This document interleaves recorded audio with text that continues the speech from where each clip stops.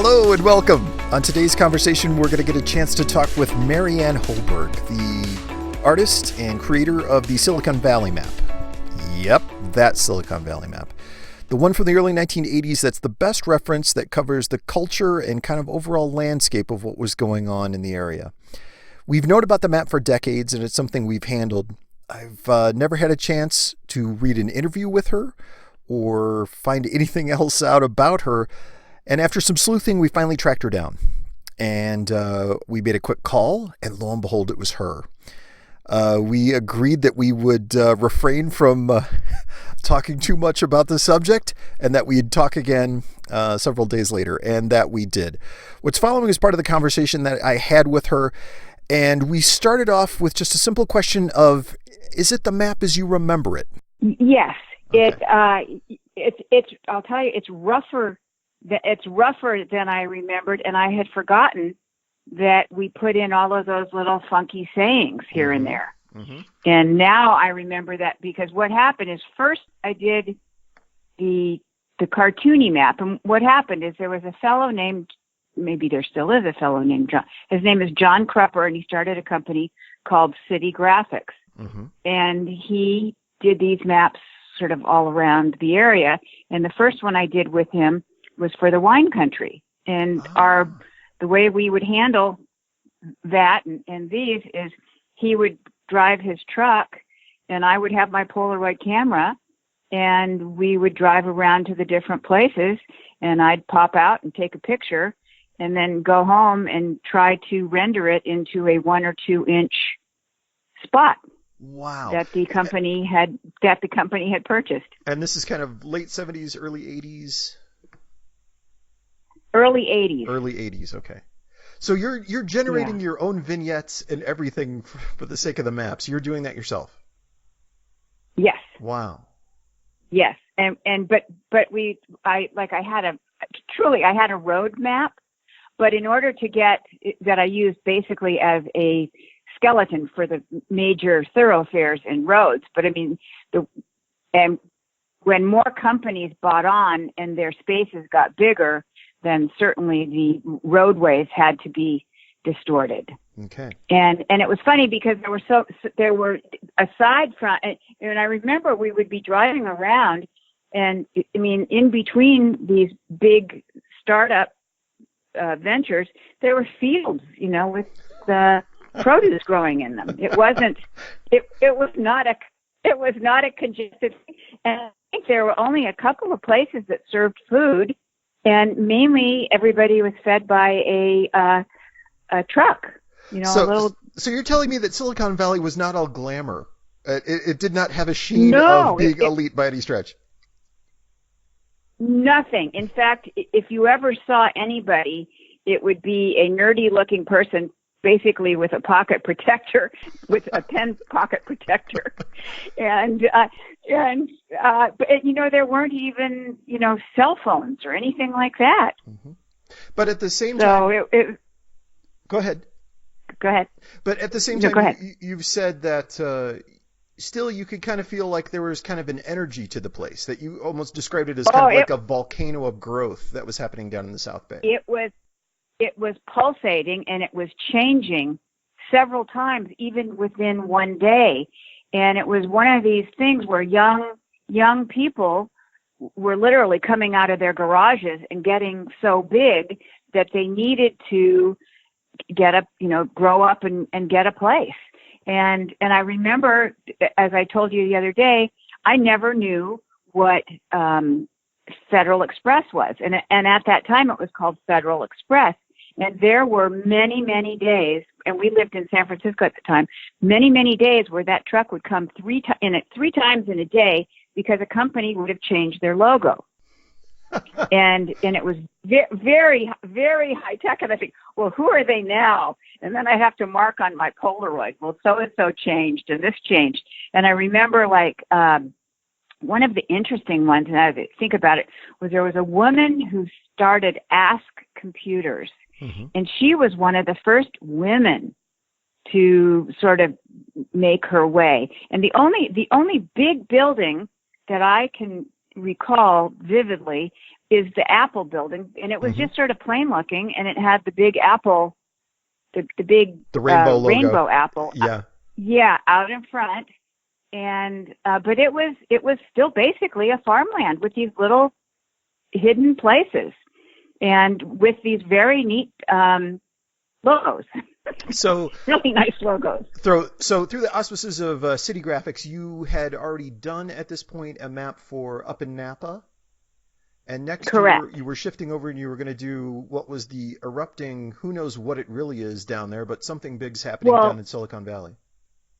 Exactly. And John, who was the head of City Graphics, is a very funny, dynamic, innovative guy, and he could see. He could see what was going on, and he had a little Salesforce team down there selling the spots, and people were very up for it because it was fun and quirky, and it kind of let everybody know where everybody else was and what they were doing. That's one thing that we've talked about with your map, is that I don't think there's anything that so kind of intertwines the culture of what was happening at the moment, along with the topography and how things were changing, that if I can't think of a better snapshot for kind of the feel and the texture of what it was like at the time.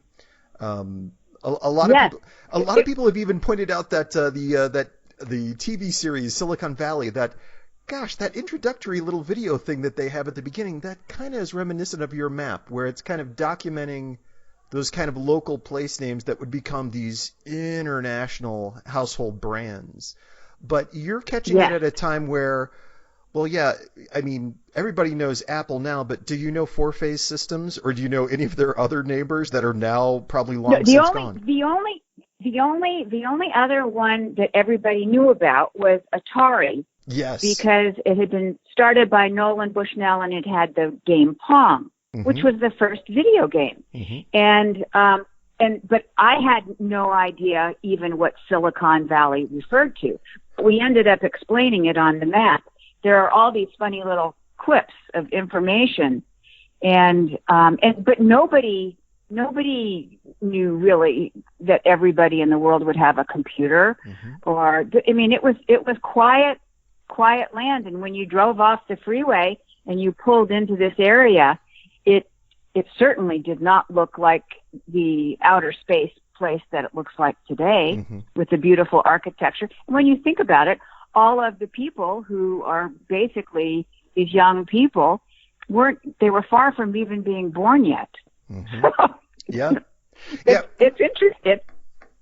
We've talked about it from the standpoint of it becomes this kind of dynamic kind of electronics ecosystem that becomes the Garden of Eden for the internet age. And I have to say, for older people, such as myself, we begin to detect a difference between generations. And folks born after the internet age is, proliferant all over the place, that they kind of have a different perspective.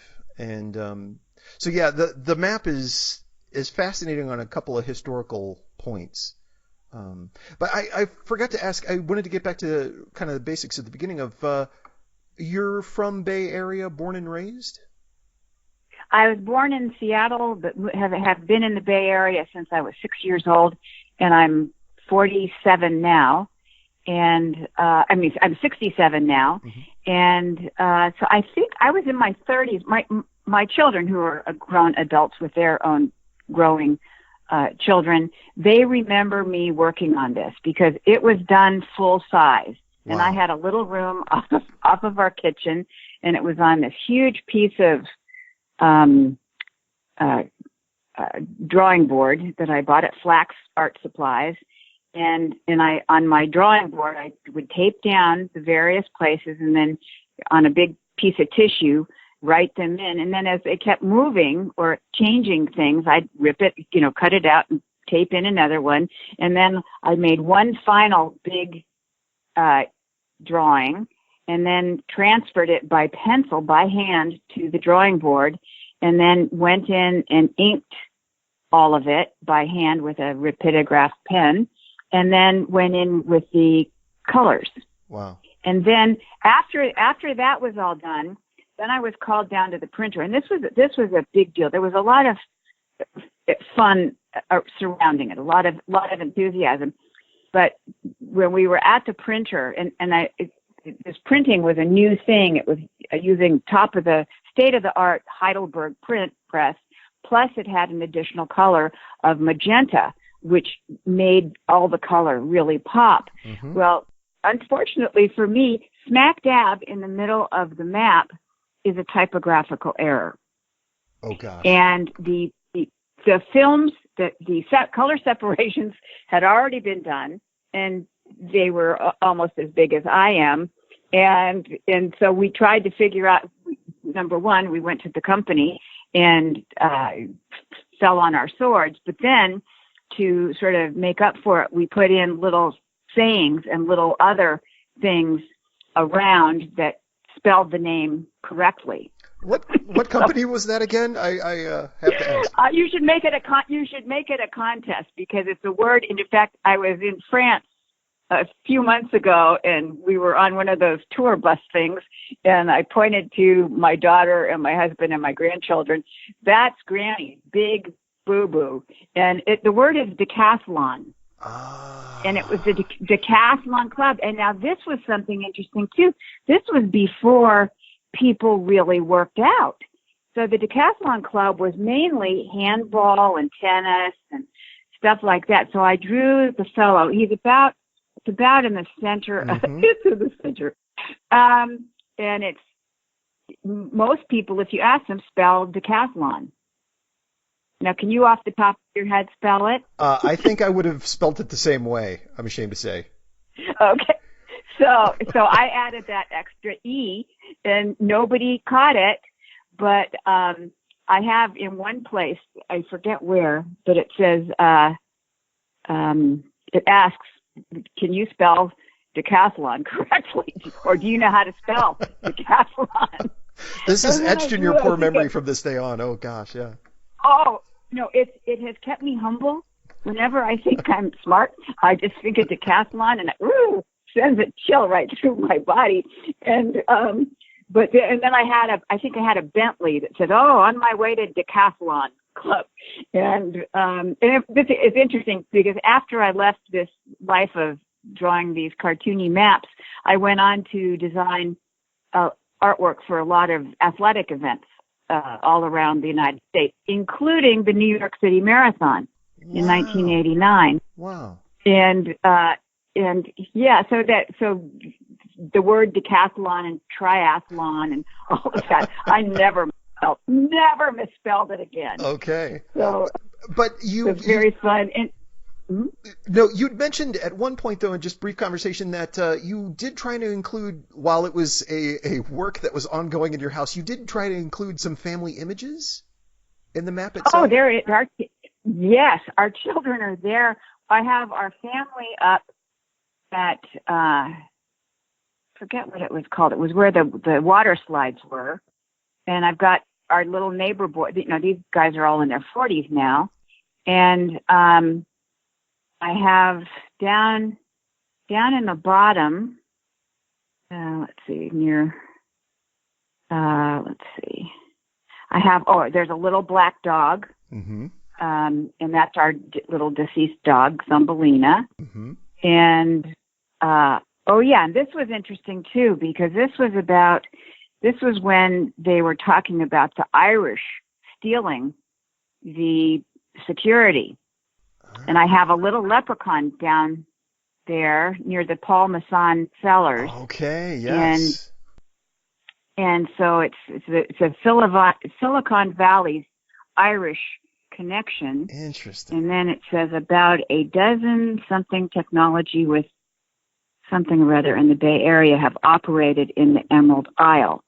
And then after that, Ireland kind of crashed, and now they're back. Yeah. Oh, and then if you go to the left, you've got Silicon Valley fests total over 20 million a year. That could happen in 5 seconds now. And 0.5. Yes, a stolen chip design is a major problem. Mm-hmm. No kidding.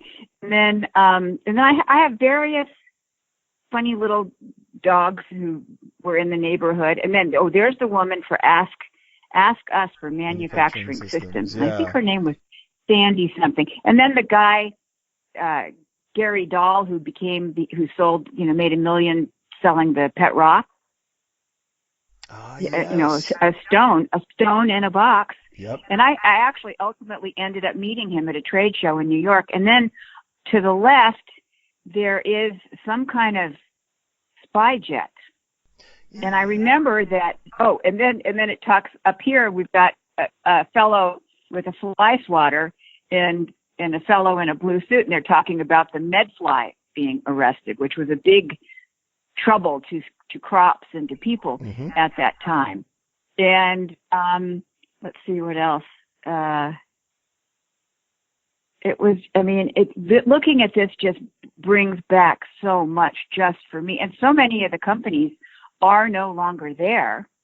That was the other thing that I think kind of hit on, that I've heard one other artist say. He said that the hard thing about maps is there's so many layers. It's not just terrain and topography or what's there, but there's so many different levels, which you hit on jillions of different levels of what was going on at the time and kind of what was happening with the culture. How long did it take to make the entire thing, from kind of photo, getting, supplying your own images, up to the final draft and printing? I would say, since I worked in my home, I would say it was probably 4 months. Okay. Wow. That's quick. Yeah. And it was, but I would stay up. We had small children. I would stay up all night working on it because the world was quiet then. I mean, we didn't even have fax machines. Yes. Yeah. So, I mean, it was, and all of this interaction was going from, standing at the telephone with the cord connected to the wall. Yeah. Out of my kitchen. But you involved a lot of elements, like the typeface itself for Silicon Valley is kind of yes. As well as you included the implied dots that go on both edge of the dot. Yeah, that point to old dot matrix printers and things that were what were cutting edge at the time. Now everybody thinks, oh, it's so cool and retro. But yeah, it embodied a futurism for the period. Yes, but it's just like the first ever Apple computer, or the first ever computer. I mean, there a whole vocabulary had not yet been invented yet.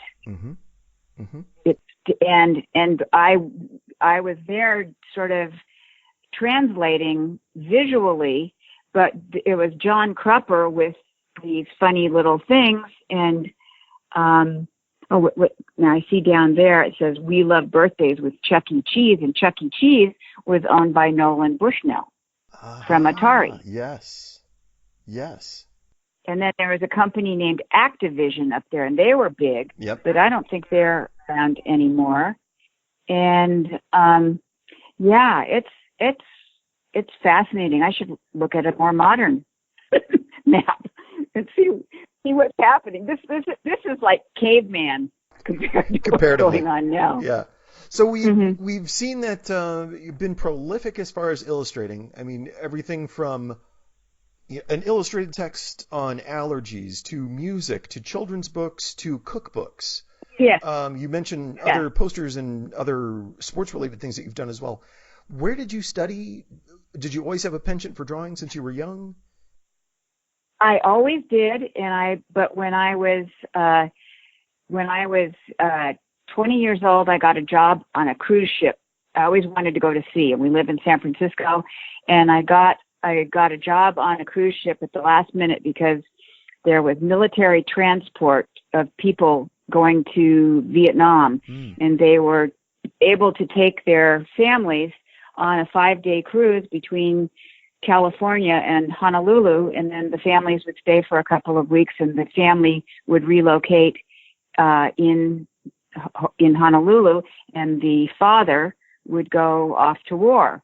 And so they had over 100 children on the ship, which required an additional person to be a little cruise hostess. step in me. I was in art school at the San Francisco Art Academy when I think there were about maybe 100 students, and that was it. And so I worked I made $2.40 an hour working at a little adding machine downtown in San Francisco, now where that huge building is being built. And I would go up to art school and do my artwork. But then I got the job on the ship, which allowed me to quit that desk job, which I was not good at. And I went to sea for 3 years, but 3 months. And that's where I met my husband, who also worked on the ship. And then we came back, and then we lived on a sailboat for a year and sailed to Mexico and came back and had a baby and then had another baby and then moved to San Francisco, and I went back to art school. And I never finished, but I just kept working. Another map that I did that was kind of a big thing, it was the map of Ghirardelli Square. I'll send you a photo of it. Yes, please. It was where it was to be used to go on the lighted boxes outside of the elevators, so that you would know, there would be the dot saying you are here. Mm-hmm. And this is my dog. This is 1976, and I did the job for a very lovely art firm, but I was paid $100 for it. But I said, well, I'll do it for that, but I'd like to be able to put my name on it and our little old beat up Volkswagen. And they said, sure. So when it all went up all around, and millions of brochures, and they used it for about 25 years. And then Ghirardelli was sold. So I actually have one of the plastic maps. Wow. And really enjoy looking at it. But I would go down there just as I did with the other maps with my Polaroid camera, and I'd sit on different levels during the morning before people came and look at the architecture and look at the rooftops, and did that for a couple of weeks and put that map together. And again, they're all of them are sort of fractured viewpoints. Mm-hmm. They're earthquaked. they've been reshifted, rewritten. Yeah, we've always kind of alluded to it as it's a realistic perspective in it's how we would think about an area. And rather than getting too tied up over, is it the precise distance? Does it rightly convey that angle? It's more of how, if I had to tell a friend how to get to someplace, well, I'd say, well, go down to the Burger King, hang a right, and as soon as you go down that big hill, just look on your left. It's there.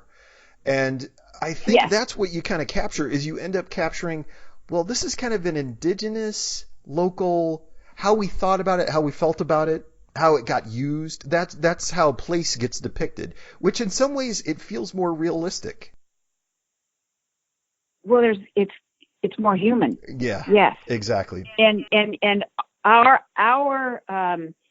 work, our life when we first started out on a ship and then going to a sailboat. Now, this is a funny tie-in that I hadn't even thought about, but for 25 years, my husband and daughter and I and another couple, we ran the Tide Book Company in California.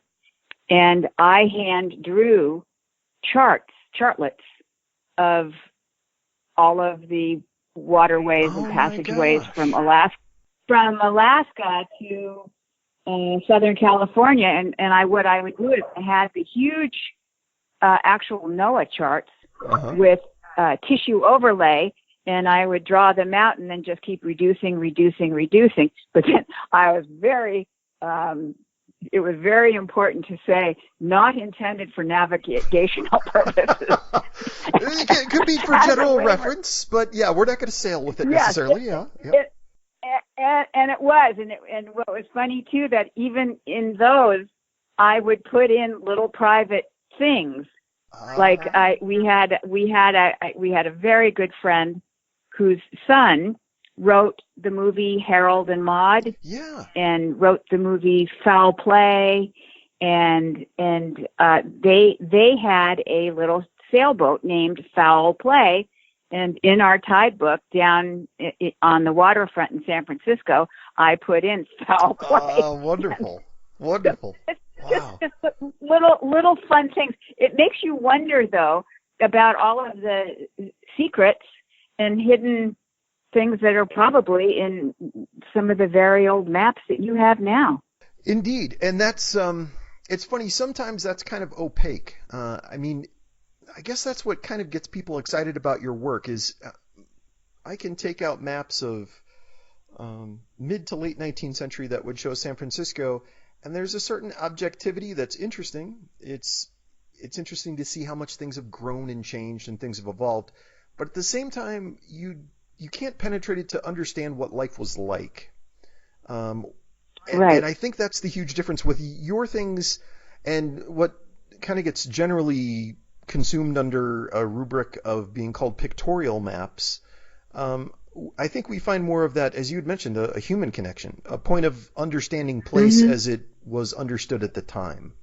And that's why I think your Silicon Valley map has become more and more the image for the era, because there's so many different layers and perspectives on it.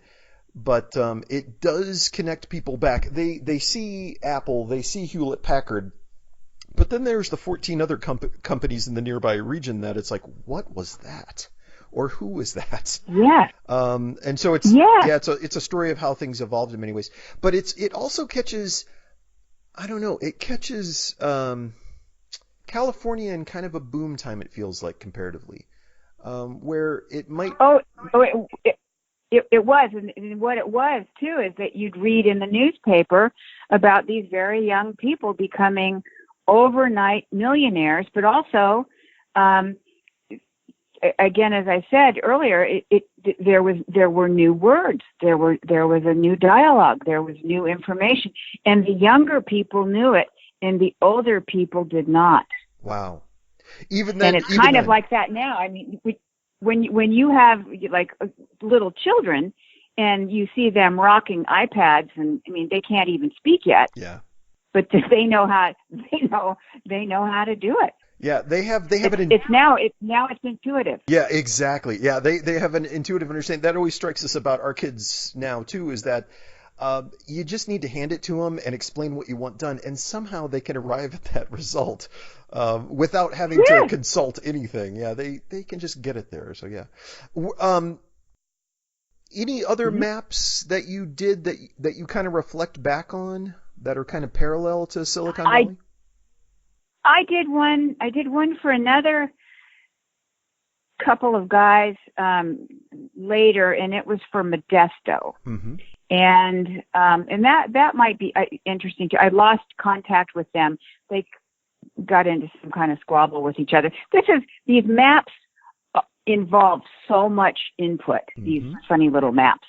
And it's because I think people were paying maybe $700-800 for 1 by 2 inches. Wow. You know, we'll put you on the map, which now would be cheap. But then I remember just being, oh my gosh.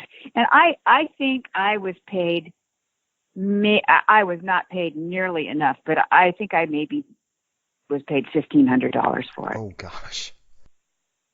But I didn't know. I was an illustrator and didn't work by the hour. Mm-hmm. And I was, on the side, doing, as you, I guess you Googled me. I've done a lot of little books and things like that. And I semi-retired, but now for the last 25 years, I do pro bono work for the Little Sisters of the Poor, who take care of the elderly poor. Wonderful. Yeah. Awesome. Balances out my life. I hang out with people who are over 100. Wow. Wow. Oh, makes me feel very young. But this is interesting too. Now, within Silicon Valley, I think right near where the Great America thing is that's where the Levi Stadium is now. Yeah. Yep, that's right. So, And mhm. no, I was going to, just for technical, John Crupper, was that Krupper from City Graphics? Crupper. Okay. And he did another map, or he had somebody else do another map for Lake Tahoe. I mean, he did these kinds of maps. Ongoing. Okay. And he was, I mean, he had a lot of just keen intuition. Just this, like the voice, all of the wording on this is him. Wow. I mean, he would. I don't even think Post-its existed yet. I think I had a yellow pad and my Polaroid camera. Wow. Oh God, That's yeah. amazing. And as I was saying, yeah, I was talking to my sister about how fun it was to meet you the other day, and she said, I remember, I don't know, 40 years ago or something. She said, I met a fellow who said he was going to start a sandwich shop down there. And because there literally, as I said, there was no food. There were maybe 2 or 3 food trucks, but it was blank land, open fields, nothing. You had to drive a long way to get from life to another part. I mean, literally little farmhouses. And I just wish that I had, we had iPhone cameras and things like that then, because it all just exists in my brain. But seeing this map, which I have not seen in years, is just a kick. Awesome. But this, I told you the other day too, that my claim to fame was watching the news and seeing Al Gore standing and talking about inventing the internet, and the big map was behind him. But of course, my ego, all I could think of was decathlon. That, or the other that you had mentioned was that it had actually popped up in a Japanese magazine. And yes, they took a chunk of it, maybe like a center chunk, and it was the cover of a magazine. And it went, this map went all over the world. I think maybe a million were printed. And at a time before globalization, and when things were a lot more national and regional, that's pretty amazing. It's astounding to think of the reach and the kind of impact that it had. But for documenting the period and the region, I don't think there's anything that does it as well. Well, thank you. That delights me. This is all very fun. Oh my gosh, Mary Hoburg, I cannot thank you enough for your time.